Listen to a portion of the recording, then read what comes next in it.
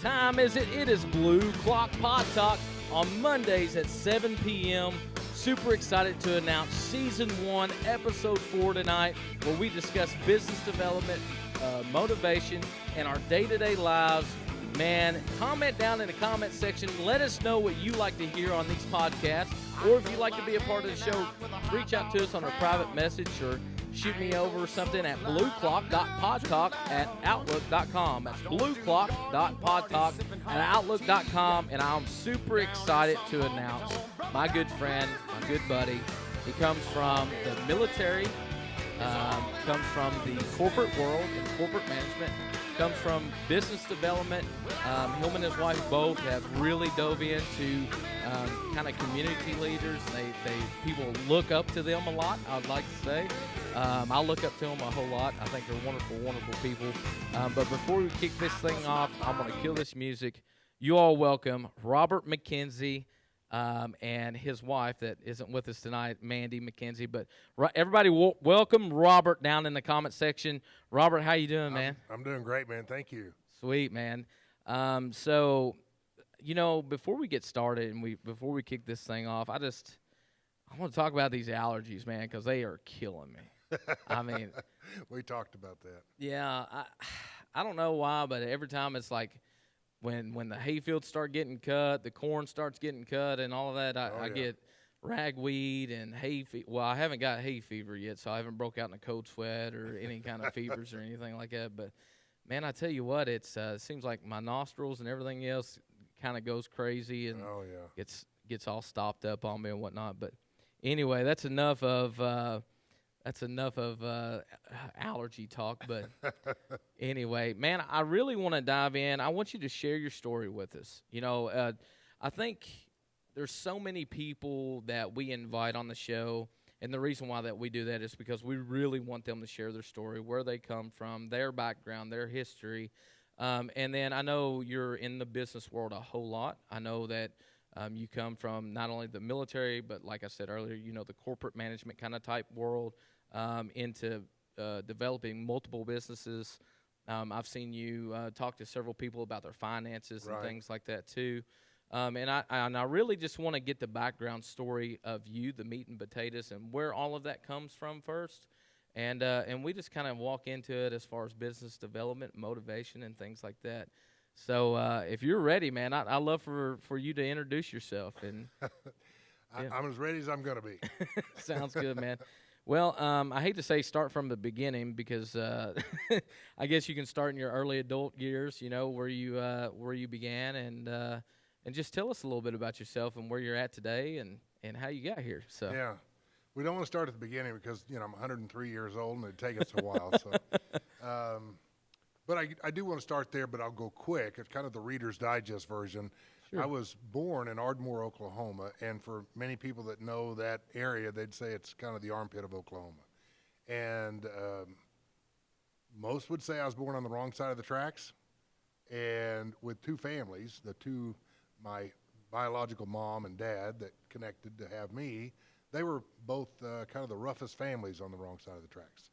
So I was put up for adoption at the age of 4 in foster care prior to that, and I didn't realize what a blessing that was. Yeah. For many years, I fought that. I had the stigma of adoption and foster care and all that, so that drove me quite a bit whenever I was young to try to prove the world wrong. Got saved when I was young. I was probably 12 or 13 years old, and that worked great until I got this thing called a driver's license.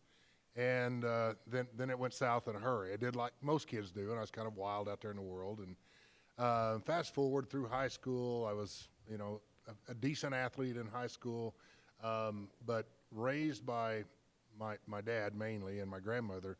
They taught me to work hard. They taught me the value of you know, honesty and good work ethic and just the value of hard work. And so I went right out into the work world and didn't try to go to college and play football. I was lucky to graduate high school. I swear to you. If it wasn't for my ag teachers, I wouldn't have made it. Yeah. But I got out there in the real world, as they say, for a couple of years, and I was working in the oil fields at the age of 20 and made good money, but realized that, man, this wasn't the life I wanted to live. Hard work, nothing wrong with it. I grew up working on a farm and hauling hay and all that good stuff. But I knew I needed the discipline of the military, so I joined the military at the age of 20 and retired a couple of years ago. Actually left the military at the age of 42 after 23 years of active duty and Guard and Reserve time. The highlight of that being able to serve my country in 2003 and 2004 during the Iraq War. Came back from there in early 2005 or late 2004, retired in 2005, and then as a reservist I could draw it at age 60, which was a couple of years ago for me. But during that time as a reservist, I went to work for a large corporation, or mid-size, many would say, a company called Leggett and Platt, based out of Carthage, Missouri. And I got to tell you, I'm blessed beyond anything I ever deserve. God was looking over me every job that I took. I never had to ask for a job. Once I went to work there, I had opportunities that came up, and I continued to progress in the business. I started out in human resources as a training and development guy, and eventually became a labor relations specialist and staff vice president of labor relations. And then I moved to an executive role of our company and had 2 or 3 different executive roles before I finally retired a couple of years ago. But I'd say lucky, but luck is really when preparation and opportunity meet. And so I always tried to be prepared. I never turned down an opportunity if I thought I could do the work. I trusted the leaders that I worked for, and I just kept my head down and did my very best. Were you always this person to where you were always looking to grow the next step? Do you think that's kind of how you were as an individual? You always kind of had a drive for something more, maybe? I did, and for many years it was to reach a certain dollar level for savings or your total retirement and all of that. I was honestly driven by money, and it was to try to show my self-worth or prove the world wrong. Again, that stigma that I wore with me for years as a kid that was adopted or not wanted or wasn't going to be successful or wasn't very smart or whatever, I was just going to prove the world wrong, and I was going to outwork everybody. Right. I was never the smartest guy in the room, never will be, but I'll work as hard as anybody can. Right. And so now I want to walk into business, owning businesses and developing businesses. And I know you shared a little bit of your military background and then walking into the corporate world a little bit and different management positions and different executive positions and things like that. But how did the business developing, how did that start?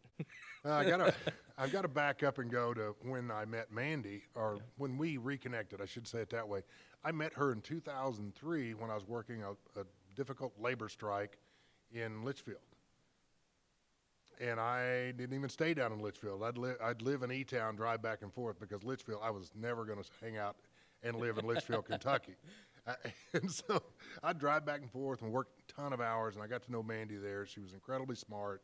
I loved her as a person then. I met her, and fast forward many years, I'd go off to war. She goes off to other career jobs. We stay somewhat connected, but may go a year or longer and never talk. And she comes back to the work for the company in late 2012, I think. I had just moved into an executive role with the company, and we were able to reconnect some year and a half later, and got married. And the first 18 months we were married, I actually lived in Missouri and dated Mandy here in Kentucky, and then I got promoted again and got to move here. Okay. So I stayed, and that's how I ended up being in Kentucky, obviously. So the job opportunity kind of opened up for you to be here through, was it the Leggett Platt here in Litchfield? Is that what it was? Or? No, actually, I became the vice president of Leggett and the president of our industrial materials division. So I had a rod mill in Sterling, Illinois that produced $400 or $500 million worth of sales. I had 5 wire mills throughout the United States, and I had a plant in Mexico. And so with a job like that, I could live about anywhere as long as I could catch a flight, within a reasonable amount of time. So I moved here for that, and then eventually retired a couple of years ago. So Mandy brought you to Litchfield, I guess. She did. And Shame on you, man. No, I'm just kidding.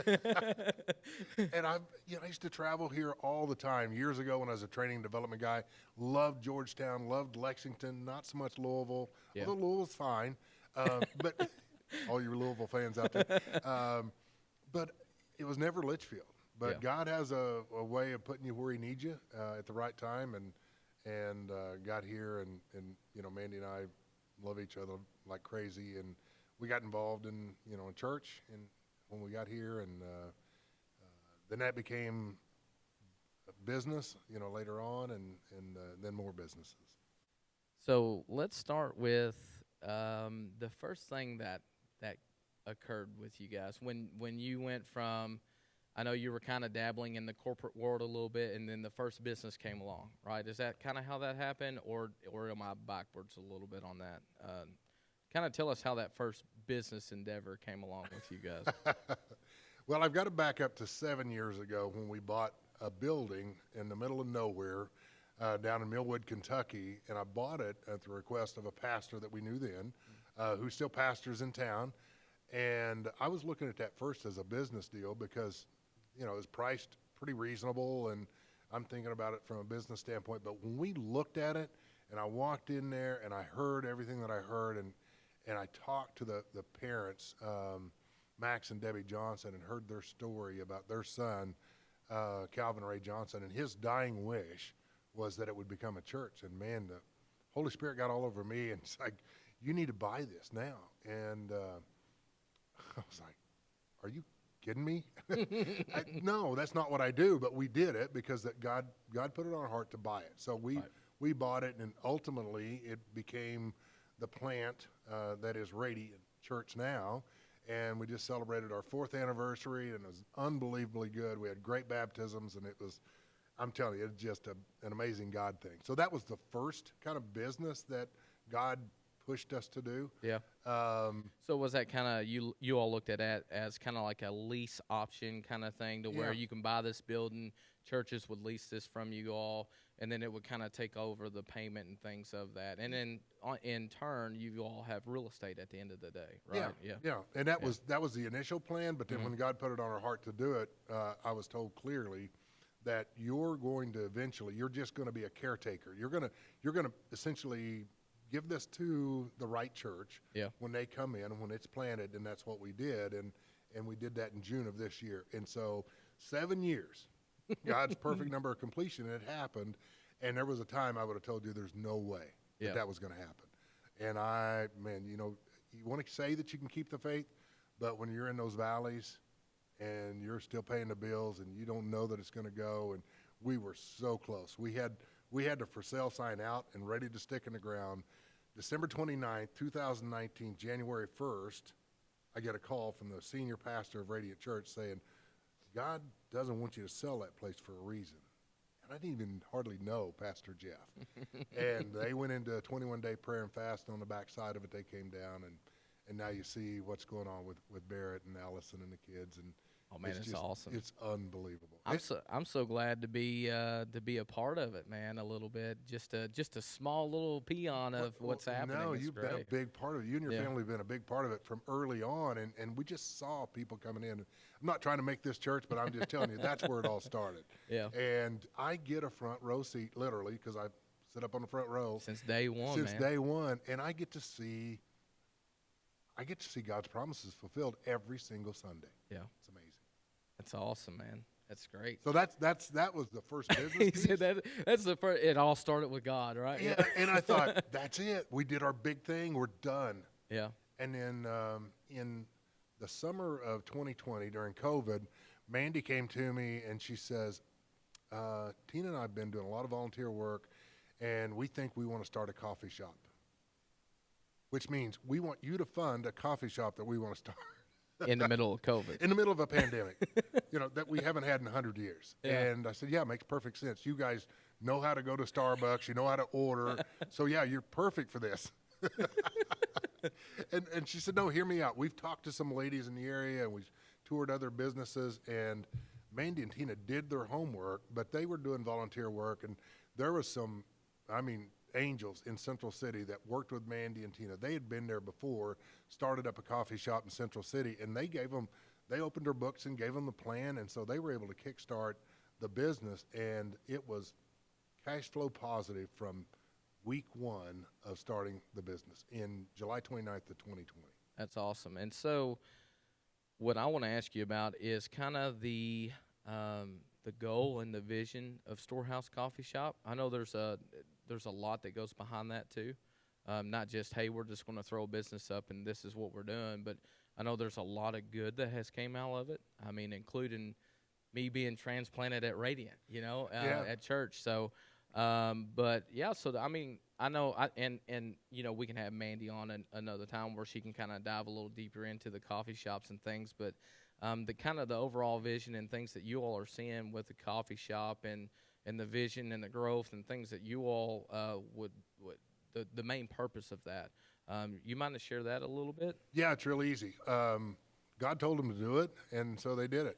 That's a horrible business plan by anybody in the real world or flesh, Yeah. But literally, Tina had a vision of the name of it, and Mandy and her partnered together. And then when they went to the bank, they literally told Brian at the bank at at Wilson and Muir, "Well, our business plan is God told us to do it, so we're going to do it." And I wouldn't recommend that for everybody because you need other things like a mission and vision and roles and goals and all that. But it came together incredibly well because they did their research. They really did have a mission mindset in it, in that they wanted to be able to give back a percentage of everything they did back into the community. As a business guy, I'm like, you're wanting to do that in the beginning? And they're like, yeah, absolutely. If you're anything like me, did the tightness come out a little bit? Yeah. And it was like, no, we can't do that. and I learned early on that they were like, just get out of here. And I did. They do an incredible job of managing and running all of that. But they did develop their mission really in a sense that they wanted to give back to the community. We can talk about lots of things about market analysis and everything else, which did come into play kind of backhanded. We didn't know at the time, but 2 years or 3 years earlier, the city had paid good money for a survey to be done in the community, and the number one thing they wanted to see in the community was a nice steakhouse. Okay, we didn't do that at the time. Yeah. The number two thing was the coffee shop. We didn't know it at the time, but it worked out great. It was happening. With their plan, and it has been blessed beyond measure, and they have given tens of thousands of dollars back into the community every single month. They give money back into the community, and so annually it will end up being thousands of dollars. That's wonderful. So fast forward a couple years after you all had established the first coffee shop. Now the second one happened, right? Yeah, Kind of like a drive-through. That was a little more strategic because because at this time they're doing a great job of running a business. There's a greater demand. People are asking about later hours. And so this gets into the market analysis and feedback from the customers and trying to make sure that you're hitting the mark. And they just are so in tune with the customers that they knew what they needed to do. Plus, from a strategic standpoint, we started to hear a little rumbling that there may be other coffee shops interested in coming into town. Well, the best way to fend off your competition is just expand. Yeah. So we expanded out to the drive-through, and again, Mandy and Tina knocked it out of the park with the help of incredible staff. I mean, they have the lowest turnover probably of any company in town.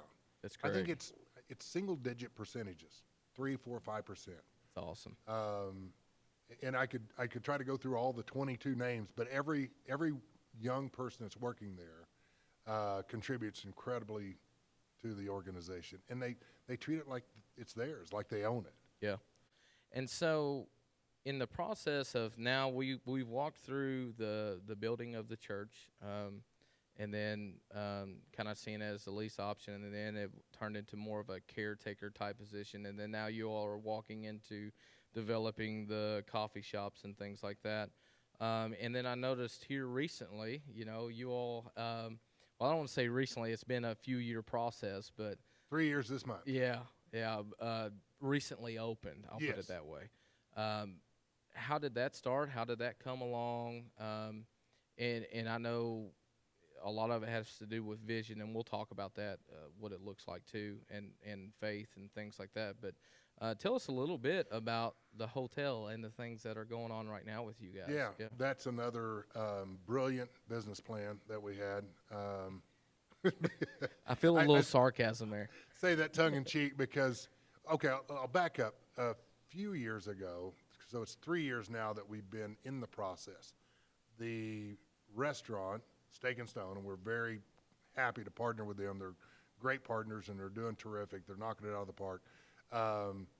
And the movie theater and the Airbnbs have all been open since about mid-May, early to mid-May. And we've got a team of folks. Kendra was the one that really designed so much of the decor and the way it looks, and the Airbnb, the restaurant, the theater. She's been a big part of it. She's like family to us. And then Mandy, of course, and then our contractors, Josh Stanton and his dad and others, just did an incredible job with it. But so I got to back up about 4 years ago. So it would have been pre-COVID. We met with the executor of the estate and talked to him about buying it, but it was priced too high. Then they went into, so we're talking about the Nichols Building and the Alexander Hotel. So I guess we weren't clear on that in the beginning. So we looked at it, didn't seem to be the right thing. We walked away from it, and we were gonna think about investing in it. Then a few months later, they came up with a share buying scheme, scheme in a good term, a share buying scheme where many families could come in, buy a piece of it, and it would be run almost like a big Airbnb at a beach house somewhere. That also fell through, and so we just thought, well, it's not meant to be.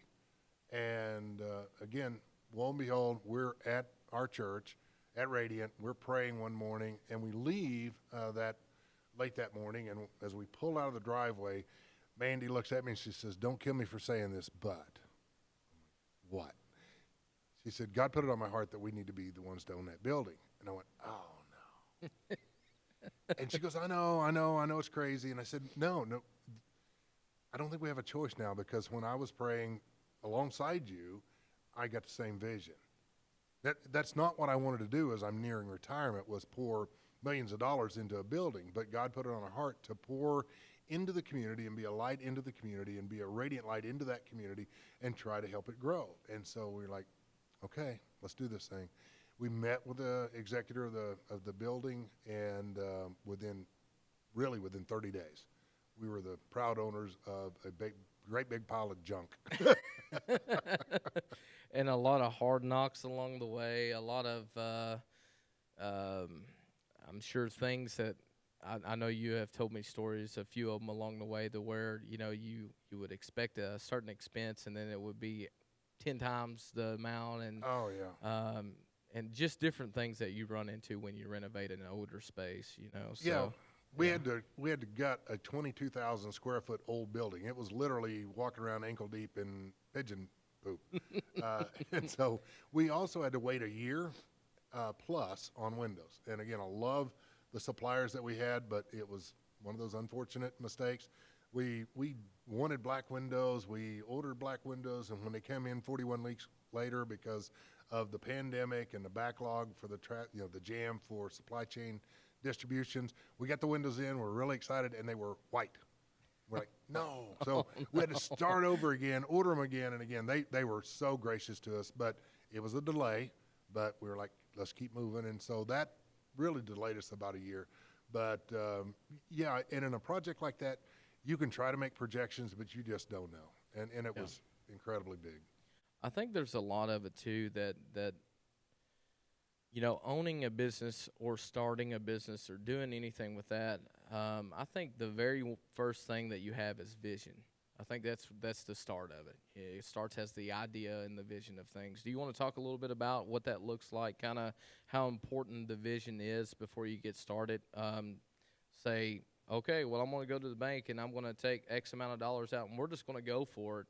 As far as how important is it to have your vision, and know that that's what you're supposed to be doing? Well, we got the best confirmation you could get, because God is the one that put it on our heart to do. And so here's the way we viewed that. Again, not from a in-the-flesh business strategy standpoint. Most people wouldn't do that. You're going to find the market and the market niche, and you're going to be able to evaluate that, and you're going to look for the value proposition and all that good stuff. But in this case, God said do it, so we're going to try to be obedient and do it. Yeah. But in that, we're to be good guardians of that. So we need to do it well. We need to manage it well.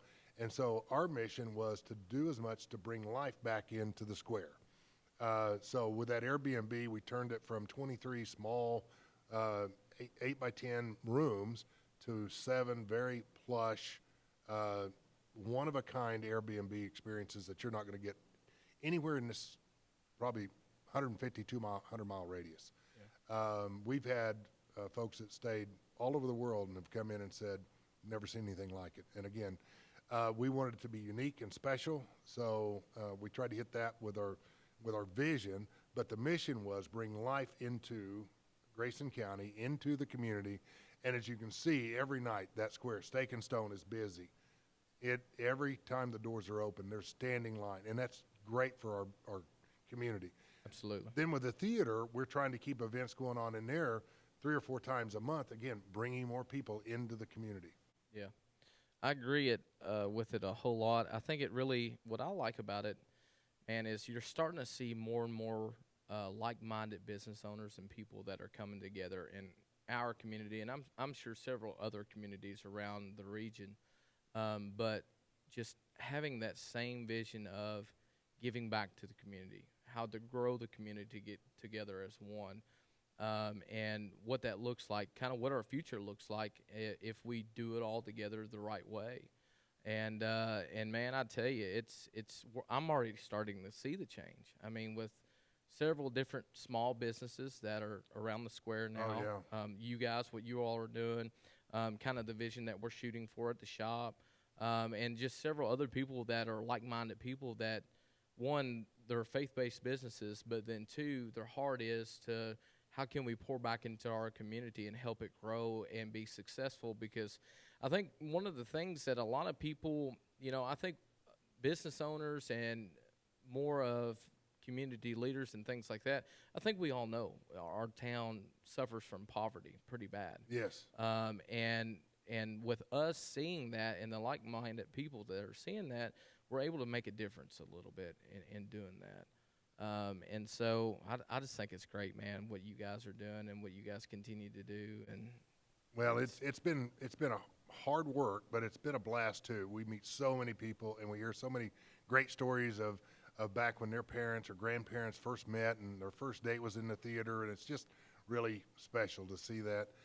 Other things that we're seeing is, of course, you see the Big 7 building and the transformation with it, and if you've never gone in there and seen the incredibly good, high-quality furniture, you're missing out. There's some great stuff in there. And then Randy Pennington and what he's doing with the sheriff's office, the vision that he has, that's going to take it to another level, too, on the square, and it's really neat to see. Yeah. Do you know a little bit about what's going on with that and what direction Randy's going with it yet, or do you just know that he's kind of renovating it and making it a really neat space? I know he probably doesn't want to put it out there yet, but I know eventually he wants to have a rooftop venue as well, which means lots of construction, but he wants to bring life, just like we do, back into the square, and so I think you're going to see it's going to help transform it. I mean, it's one of those final pieces that's just going to keep it popping. That's awesome, man. So do you want to talk about a little bit about anything as far as the direction of where you guys are headed, the growth, the goals, and things that you want to foresee out of what's going on right now in our community and your all's businesses and things like that? What's one of the things is that we look at as we get older is an exit strategy. It's one of those things of what does it look like when we're not here anymore? Yeah. What does it look like when we're ready to retire completely, or are you guys putting certain staff in play for that and kind of to where you guys can kind of be on the outside and say, you know what, we want to just keep passing the baton down to the next generation so they can carry this same vision. So what does that look like for you guys a little bit? It's a little early for us, but our daughter Ashton's very involved with the marketing side of the business, and she knows it well and is doing a great job with us there. And same with our son-in-law. He helps host some of the events that we're doing. We've not made it that far yet with it. We do want to make sure that it's a legacy business, that it way outlives us. And, that building was built in 1935. It is the only building on the square with a full metal construction structure. And so it's gonna be around a while. Yeah. Yeah, it's one of those things too. I think as business owners, we don't ever go into a business and be like, it'll last a year. I think we all go in it as in hopes for longevity of that business and things. And so, I kind of want to talk about what it looks like when you first start a business. You know, we talked about vision a little bit. What's the next things that you think that you would need to walk into when you're kind of developing a business or walking into a business or doing anything like that? I know flesh-wise, business plan is probably one of the first things you probably need to look at, but, and we can start there if that's where you want to start. No, I think that's right. And we talked about our businesses that we've done. Now, I've worked with my civilian corporation in a lot with business strategy and planning and development that we would do. And, yeah, it starts with that. It starts with the mission that you have and what is it that you're going after? What kind of market are you going into? And then you got to have a vision for how are you going to get there. So the mission is what, if I could put it simply, mission is what are we doing? And vision is how are we going to get there? Because, it may be that journey of 1,000 miles begins with a single step. Now I've got to start putting some goals in place and objectives in place to be able to meet those goals. And I know I'm a broken record with people that I coach all the time, but I use the acronym SMART goals: specific, measurable, attainable, results-oriented, and time frame. If it doesn't have those, then it's probably not a very good goal. Right. And I wear people out with that, but it's true. If you've got those in place, and if you can't measure it, you can't manage it. Yeah. So that's critically important to us. So how important too do you think that now that you're working into your business plans and things, within that business plan, something that I kind of do is look at the market, look at the need in our certain community or the market that we're about to put a business at. Right. And what is what I look at is what are we about to do, and is there a need for it in our community? And is there any competitors within the market that's doing the same thing as you all are? Yeah, so what you're talking about is a market analysis. Yep. And so going back to the survey that I mentioned a few years ago, number one thing was a steakhouse. So when God put it on our heart to build this building, we knew a steakhouse needed to be a big part of that. We had no idea how we were going to get there. And again, this is another God thing. We were at church one day, and a good friend of mine, Steve, which is Tina's husband, and so Steve Brooks says, hey, there's this chef down at Nolin Lake.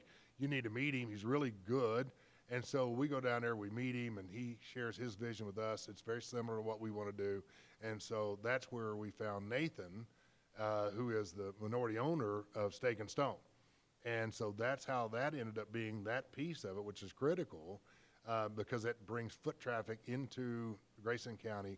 And it's not just local Litchfield people eating there. There are people from Owensboro and Bowling Green and outside of there coming in every week to try something new. Yeah, I think it's wonderful.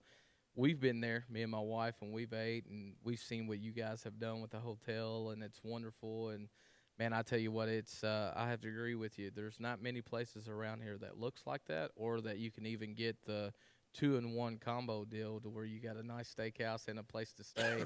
Well, kind of 3-in-1 and entertainment you right could, next to yeah, it. If it time it just right, you can get. Hey, last Thursday we had Grayson County's Got Talent. Yeah. I'm telling you, folks, if you've not seen that, I was blown away. By the talent that we have right here in our county. That's a shameless plug for the next one that we have coming up next month and the month after that. So join us. Yeah, so join in, guys. Alexander Hotel, you all, can they reach out to your all's page? They can. The Alice Theater, and find us on Facebook there, and the same with the Alexander Hotel.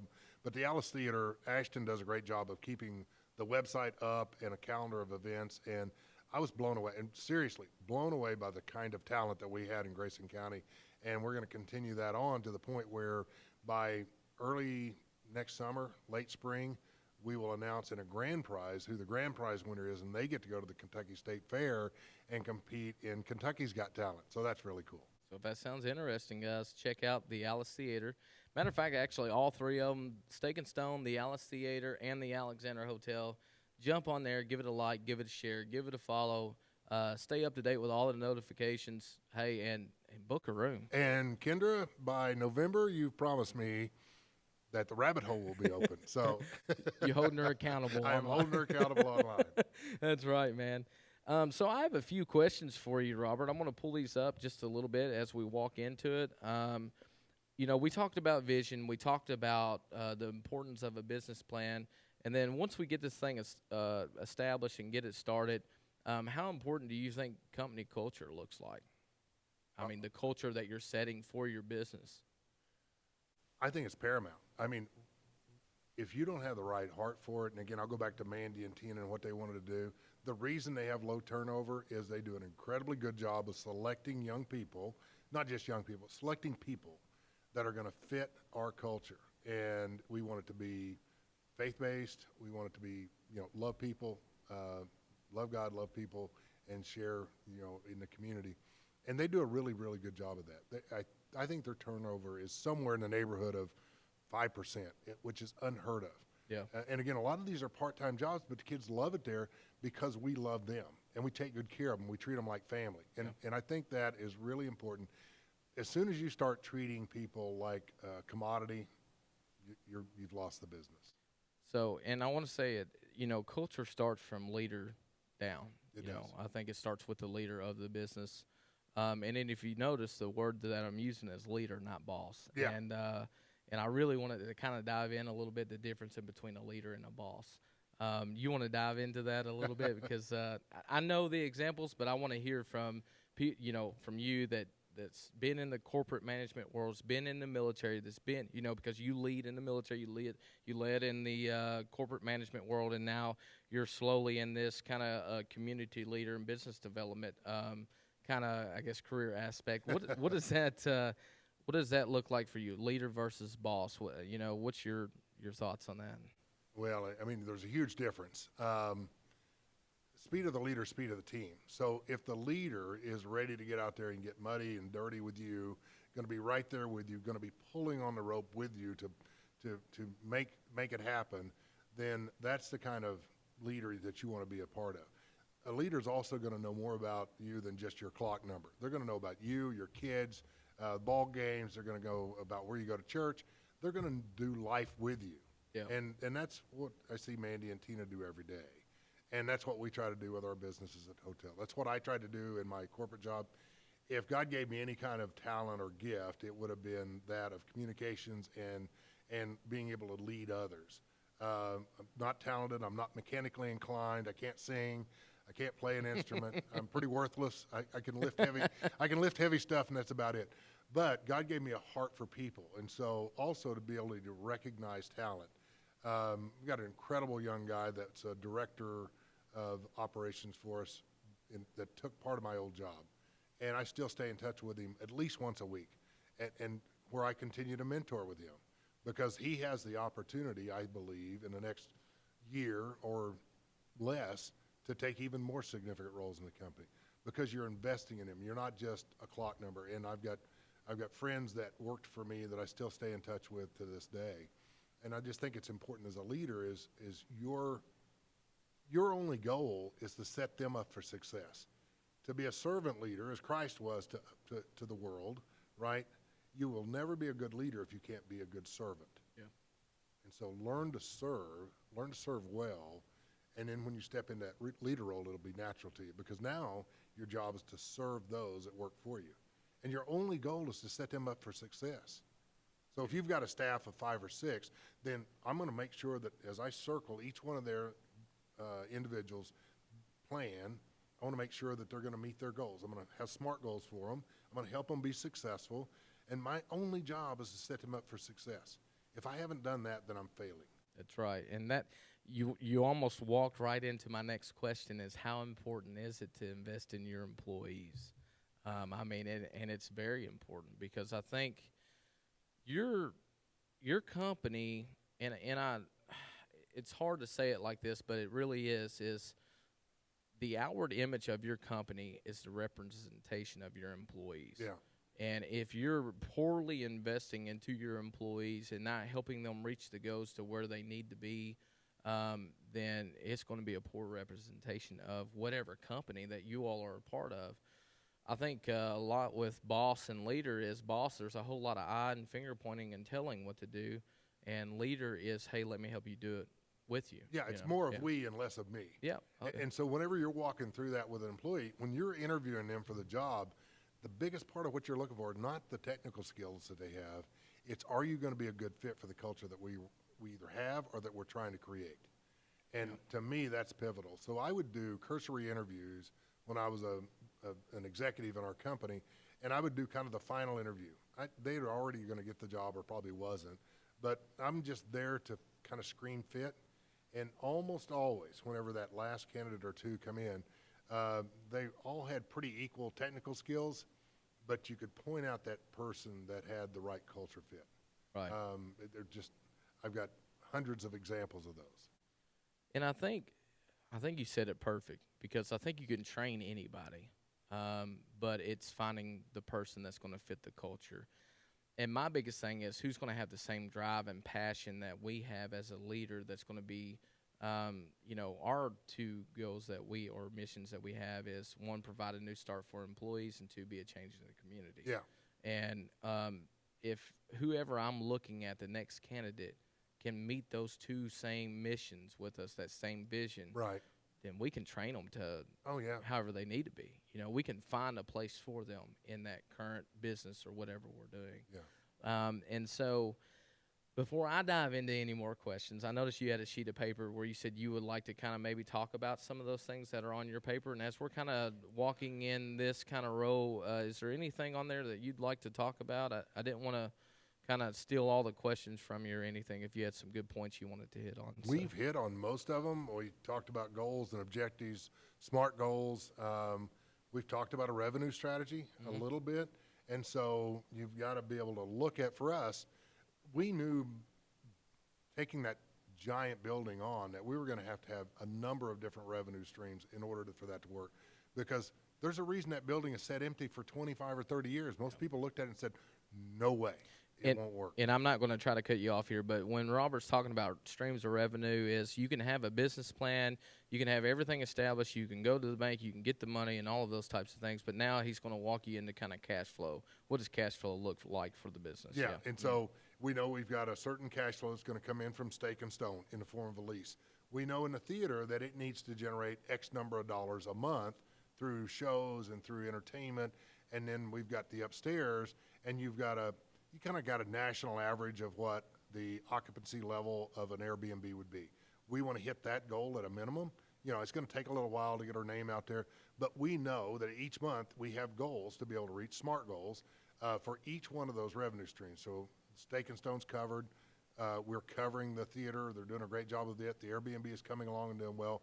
Our final piece is the rabbit hole that will be ready in the 1st November, right, Kendra? And so, and that will be our final piece. And with all of that, what it helps is to balance out. If you end up having a month or two where sales are down in one area, you still have revenue streams coming in from other. So that diversification really helps you out when you've got that opportunity. Not all businesses can have that. Yeah, and then I want to talk about kind of setting your areas up as far as the most profitability that you can get out of a business. And what I mean by this is there's a certain word, certain strategy for it, and it's just not clicking for me right now. And I know you'll know when I explain it, but you want to make sure. I call it the 3-step method. If we can't get the job done within 3 steps, or for my certain businesses is the automotive industry. So if I got to walk more than 3 steps to grab a tool to walk back over to my job, then we got an issue. Right. We're not being too productive because now if I got to walk halfway across the shop to utilize a tool that I need for a shop that's 4,000 square feet on the other side of the building, well, we're losing profitability at that point. What's the name for that, Robert? Yeah, in manufacturing, you would be doing a Kaizen event where you're walking through and doing one-piece flow. You're trying to look at tack time, which is what is it from point A to point B, and how do I reduce that and reduce the time wasted, because time is money. And so we look for that in manufacturing too. Now, in our hotel businesses, it's a little bit different. It's about turns. So we've got a great company that we work with that turns our operations for us whenever happens to be his wife's business. So when people stay there, we know that we've got only a couple hours to get that turned so that it's ready online for Airbnb to book again.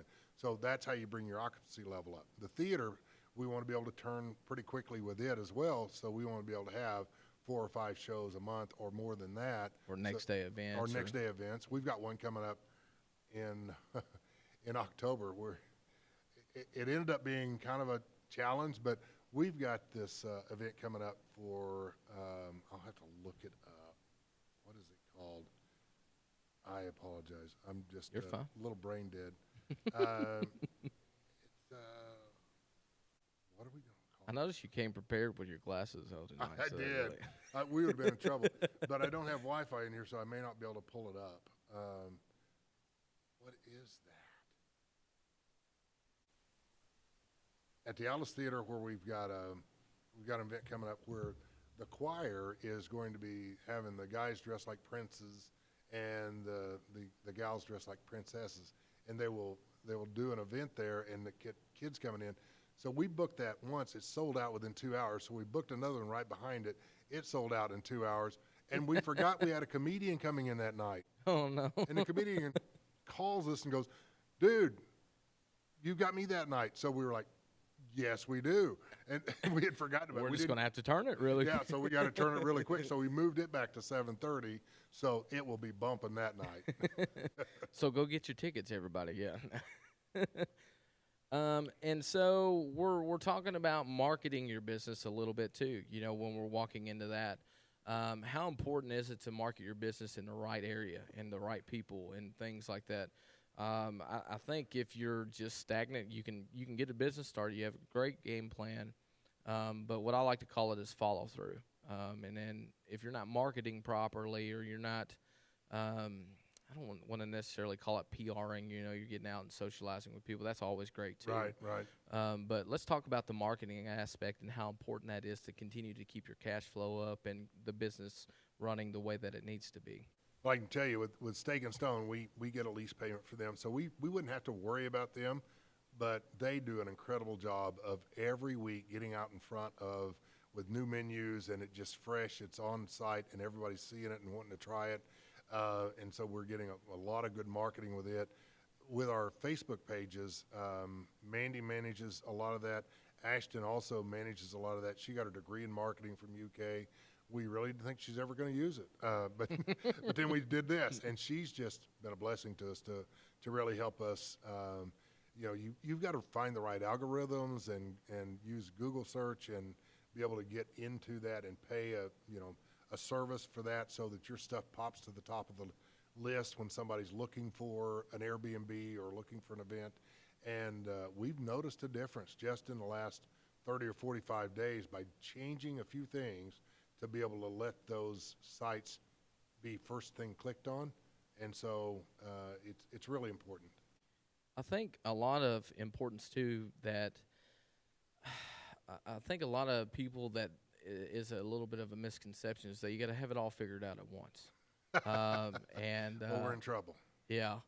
And the thing that I've noticed, man, within as weeks pass and years come and things like that is it's a lot of a day-to-day and a week-by-week basis, case basis. If you're always developing and you're always growing and you're always trying to learn how to shape and mold and create either more cash flow or new areas in your business to help develop or create opportunities for more jobs in your community or anything like that. I know we just recently did one, and we're actually seeking employment now for someone to fill that job need. But how important is that to constantly develop and grow your business? You know, we're pretty new, as you know, just starting in May. But even over that 90 days or so, we've had to make some modifications, and I'll tell you, it's been fun to watch. And I'll tell you a story about one of them that just happened, and that is the Grayson County's Got Talent. And there's a couple of others that I'll give you an example on. All right, well, you think about it, we got 12 young people coming in. They probably had to have mom and dad drive them. So you're getting a ticket from mom and dad, maybe grandma and grandpa too, right? And so you got one up there on stage, you got 4 in the audience.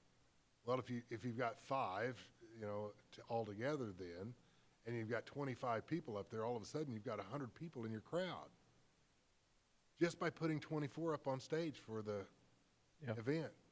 and everybody's having a blast. They're getting great entertainment at a low cost, and all of a sudden you've got an entire family event, which is what we were about, is trying to bring life back into the community, bring families back together, people with something to do that they don't have to go to Bowling Green or E-Town for.